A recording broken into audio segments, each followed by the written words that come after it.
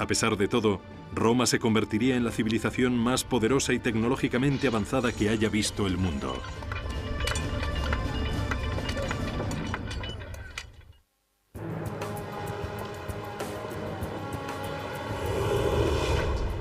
Actualmente Roma es una ciudad del siglo XXI donde lo antiguo se enfrenta a lo moderno. Cualquier persona que haya visitado la ciudad de Roma inmediatamente se quede impresionada por esta inmensa mezcla de periodos de tiempo que se extienden desde la prehistoria hasta la edad moderna.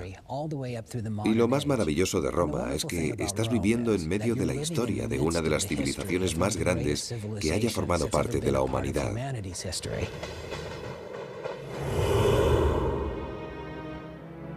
La leyenda romana dice que la ciudad fue fundada en el año 753 a.C. por Rómulo y Remo, dos hermanos que fueron abandonados de niños y criados por una loba. Los dos hermanos se propusieron construir su propia ciudad a orillas del río Tíber, pero su falta de acuerdo sobre quién la gobernaría acabaría en tragedia. Remo fue asesinado por Rómulo, de cuyo nombre proviene el de Roma. No sería la última vez en que llegaría un nuevo gobernador al poder derramando sangre. La verdad es que la guerra civil fue algo muy característico en el desarrollo del Estado romano. La historia y la tradición de Rómulo y Remo tiene su repercusión y se repite a lo largo de la historia de Roma. En un principio, Roma era uno de los innumerables pequeños reinos que buscaban el poder en Italia central. Pero a diferencia de muchos de sus vecinos que recelaban de forasteros, Roma era un refugio seguro para los extranjeros ambiciosos. Rómulo dijo: dado el hecho de que no tenemos nada de población, crearé un asilo. Crearé una zona libre para cualquiera, esclavos huidos, bandidos, piratas, quien sea, que vengan y participen en esta gran idea que es Roma. Esa fue una actitud muy especial. Por lo tanto, desde el principio, parece que los romanos eran muy abiertos. Esta apertura fomentó un intercambio libre de ideas, entre ellas teorías de ingeniería importadas de otras culturas. Al tomar prestada la tecnología de algunos vecinos como los etruscos, Roma expandió su poder a toda la región. Los romanos tenían una extraordinaria capacidad para aprovechar la tecnología del pasado y adaptarla a sus propios fines, refinándola y mejorándola. De los etruscos aprovecharon las tecnologías de construcción de calzadas, sistemas de movimientos de aguas, construcción de enormes y extraordinarias murallas y producción de cosas basadas en la tecnología etrusca. El primer gran éxito de ingeniería de la ciudad fue la Cloaca Máxima, un extenso sistema de alcantarillado que aún funciona hoy, 2500 años después de su construcción. La Cloaca Máxima recogía las aguas que corrían por las calles de Roma y las vertía en el río Tíber. Los ingenieros también utilizaron los conductos subterráneos del alcantarillado para drenar las tierras pantanosas entre los poblados situados en lo alto de las colinas de Roma. Allí construyeron el Foro, el antiguo distrito del centro de Roma. La construcción de la Cloaca Máxima, en mi opinión, es la clave para transformar Roma y que pasara de ser una serie de tribus que viven en colinas dispares en torno a un pantano cenagoso a ser una cultura centralizada y unificada. El nuevo foro romano resultante del drenaje conseguido a través de la Cloaca Máxima permitía que la cultura se consolidara en un lugar central. Mientras la cultura de Roma se iba consolidando, empezó a crecer la influencia que la ciudad tenía sobre sus vecinos. En el siglo IV a.C., Roma controlaba la mayor parte de Italia central, y sus ingenieros recibieron el encargo de desarrollar una infraestructura de comunicaciones que conectase el imperio en expansión. En la antigüedad había básicamente dos modos de transporte. Se podía viajar por el campo, bien a caballo o con más probabilidad, andando o en carros, o se podía viajar en barco. Los caminos, tal y como los conocemos hoy, en realidad no existían antes del Imperio Romano. Todo eso cambió en el año 312 a.C. al construirse la Vía Apia.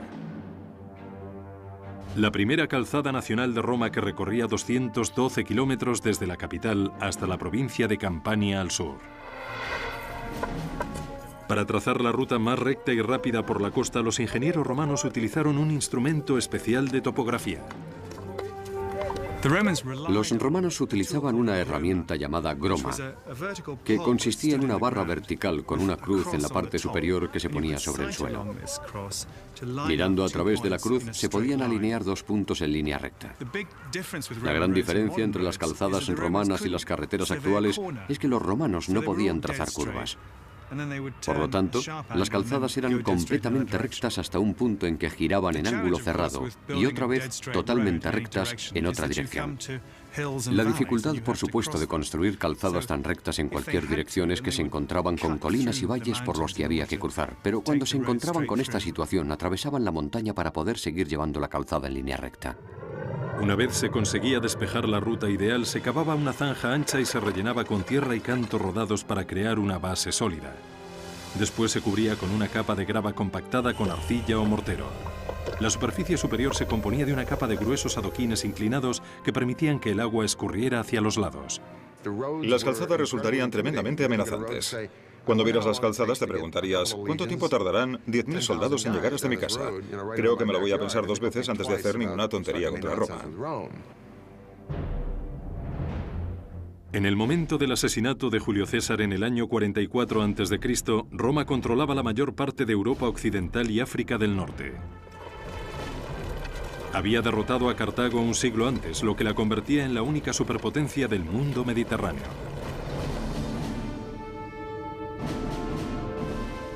El posterior sucesor de César fue su gran sobrino Octavio, que fue renombrado Augusto y coronado primer imperator o emperador de Roma.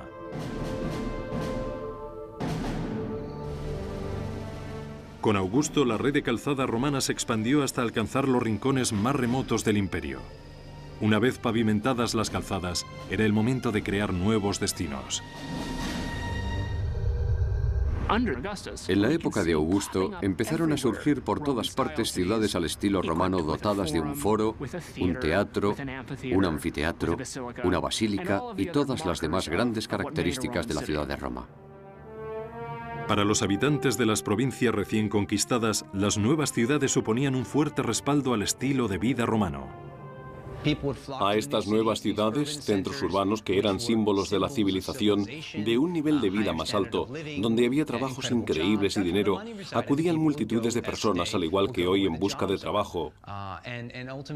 Y con el tiempo, la gente de estas naciones conquistadas harían suyas estas ideas romanas. Creo que la ciudad romana en sí fue el instrumento más importante que tenían los romanos para fomentar la imagen de Roma. Y todas esas ciudades aún perviven. Londres, Bonn, París, son todas testimonio de la expansión de la cultura de Roma. Los ingenieros de Roma tenían un arma secreta que les permitía construir cosas más grandes, más fuertes y en menos tiempo que nadie. Un hormigón impermeable mezclado con una arena volcánica que se llamaba pozzolana. Al principio, el hormigón no era más que una simple cal, una mezcla de agua que, aunque se asentaba, no era muy fuerte. Y de hecho las partículas del primer hormigón se descomponían fácilmente. Pero en el hormigón romano, la arena pozzolana reaccionaba con la cal, resultando un hormigón muy parecido al hormigón actual, mucho más fuerte. Se dieron cuenta bastante pronto de que utilizando esta sustancia podían construir literalmente debajo del agua. Un invento extraordinario que les permitiría crear pilares enormes que podían resistir dentro del agua, revolucionando así las comunicaciones. Ahora, se podían construir puentes permanentes en lugar de puentes de madera. Durante la era de Augusto, este hormigón solidificó el dominio asfixiante de Roma sobre Europa occidental y sus constructores cambiaron el paisaje con monolitos enormes fabricados por el hombre. Uno en concreto revolucionaría la vida cotidiana en Roma durante los siglos venideros.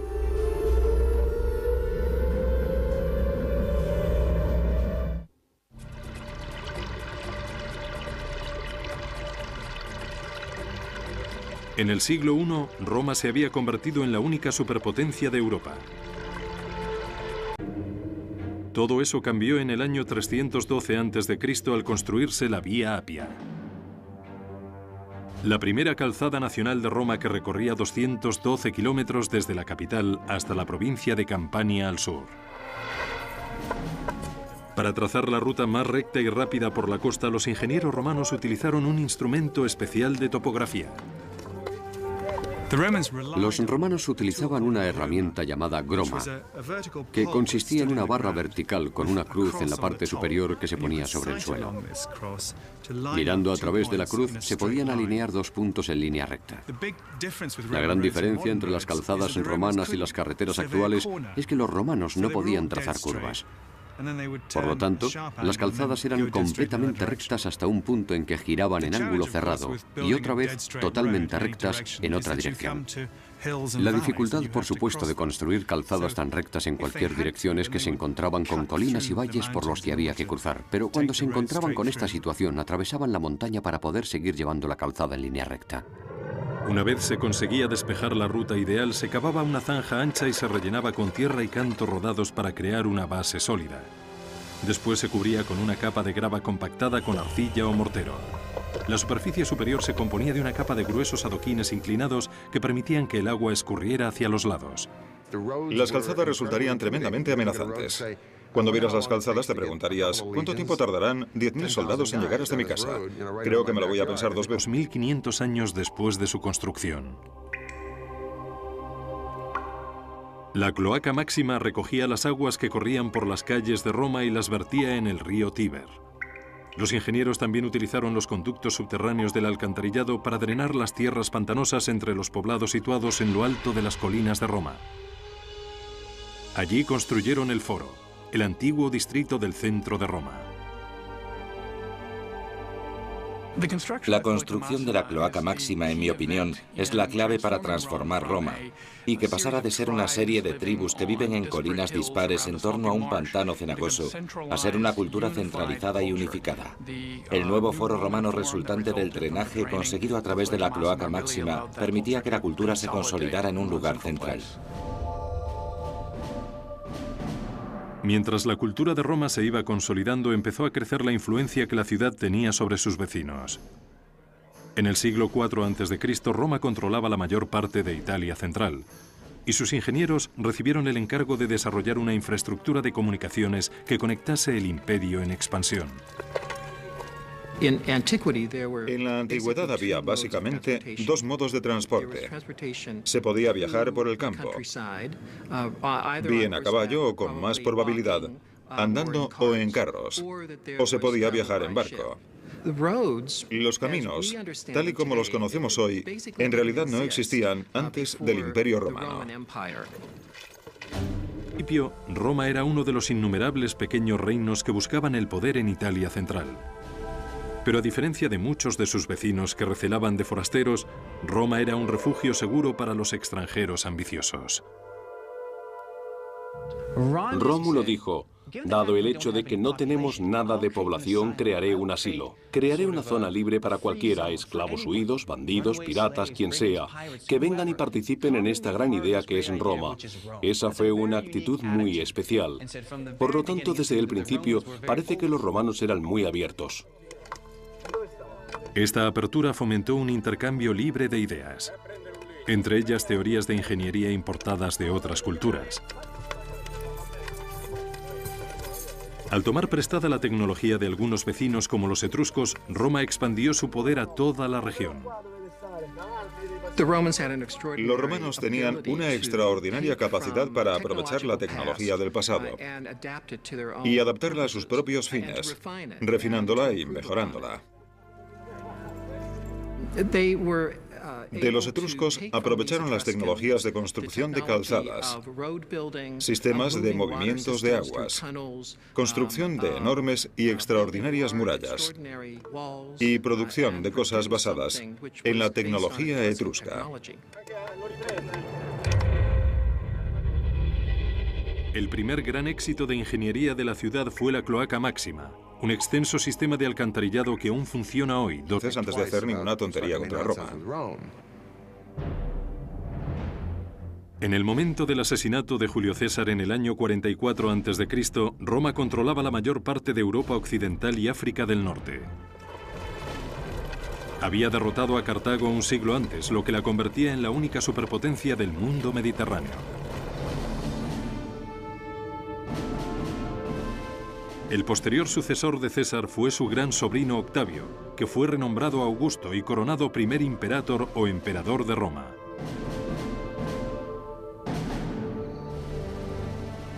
Con Augusto, la red de calzada romana se expandió hasta alcanzar los rincones más remotos del imperio. Una vez pavimentadas las calzadas, era el momento de crear nuevos destinos. En la época de Augusto, empezaron a surgir por todas partes ciudades al estilo romano dotadas de un foro, un teatro, un anfiteatro, una basílica y todas las demás grandes características de la ciudad de Roma. Para los habitantes de las provincias recién conquistadas, las nuevas ciudades suponían un fuerte respaldo al estilo de vida romano. A estas nuevas ciudades, centros urbanos que eran símbolos de la civilización, de un nivel de vida más alto, donde había trabajos increíbles y dinero, acudían multitudes de personas, al igual que hoy, en busca de trabajo. Y con el tiempo, la gente de estas naciones conquistadas harían suyas estas ideas romanas. Creo que la ciudad romana en sí... A pesar de todo, Roma se convertiría en la civilización más poderosa y tecnológicamente avanzada que haya visto el mundo.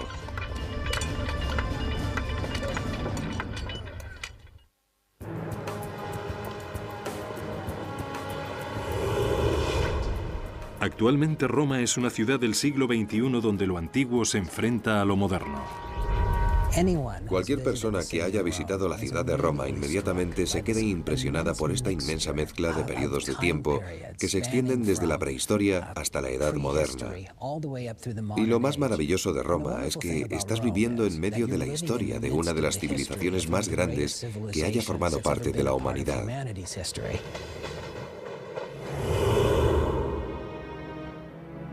La leyenda romana dice que la ciudad fue fundada en el año 753 a.C. por Rómulo y Remo, dos hermanos que fueron abandonados de niños y criados por una loba.